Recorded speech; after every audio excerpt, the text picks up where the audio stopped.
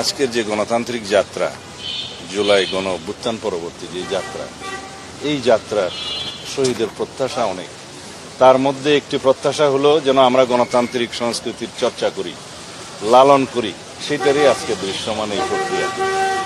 আমাদের বন্ধুগণ, তরুণ বন্ধুগণ যারা জাতীয় নাগরিক পার্টি সৃষ্টি করেছে, তারা আজকে প্রমাণ করলেন মাঠে আমরা যে রকমই তর্ক বিতর্ক বক্তৃতা দেই না কেন, এই রাজনৈতিক সংস্কৃতি আমাদের মধ্যে চালু থাকতে হবে যে আমরা পরস্পর তর্ক করব, বিতর্ক করব, ভিন্নমত পোষণ করব, কিন্তু সৌহার্দ্যমূলক আলাপ আলোচনার ভিত্তিতে পারস্পরিক শ্রদ্ধা, পারস্পরিক আলোচনা, এটা চালু থাকবে।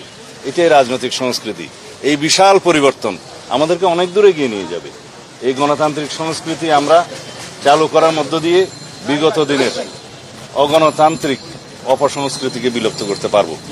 আমরা ভালো রাজনৈতিক আদর্শ প্রতিষ্ঠার মধ্য দিয়ে ফেসিবাদী রাজনীতিকে বিলুপ্ত করতে পারবো।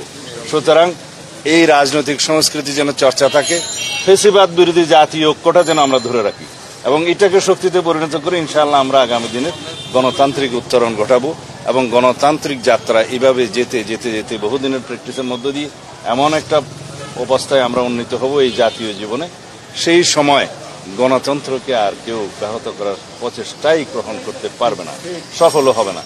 আমরা সাংবিধানিকভাবে, গণতান্ত্রিকভাবে যে সমস্ত প্রতিষ্ঠানগুলোকে শক্তিশালী করতে চাই, সেটা এই গণতান্ত্রিক প্রক্রিয়ার মধ্য দিয়ে হবে। আমরা কেয়ারটেকার সরকারের পুনঃপ্রবর্তন, স্বাধীন ইলেকশন কমিশন, স্বাধীন বিচার বিভাগ এবং স্বাধীন গণমাধ্যম প্রতিষ্ঠার মধ্য দিয়ে সেটা রক্ষা করতে পারবো। এইগুলাই রক্ষা কবচ হবে গণতন্ত্রের। আমাদের গণতান্ত্রিক সংস্কৃতির জয় হোক। আমরা যেন এই গণতান্ত্রিক সংস্কৃতিকে চালু রাখতে পারি, চর্চা করতে পারি।